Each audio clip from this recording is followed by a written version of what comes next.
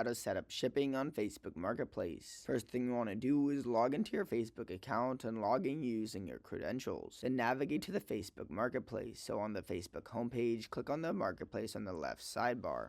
Then you want to create a new listing and then select the item for sale to create a listing for the product you wish to sell. Then add item details including the title, category, price, descriptions, and photos of your product. Then enable shipping for the listing. After filling in the details for the item, scroll down to shipping and toggle that on. You will see the option to select either local pickup or ship. Make sure ship is selected for your item to be eligible for shipping. Then set your shipping preferences. After enabling shipping, Facebook will prompt you to choose your shipping options, including shipping costs, shipping carrier, and handling time. Then confirm your shipping information and list your items. When a buyer purchases your item, you'll receive a notification. Then package the item, attach the shipping label provided by Facebook, and ship it to the biller's address. Track the shipment and provide updates to the buyer if necessary. If this video helped you, subscribe, but for now, goodbye.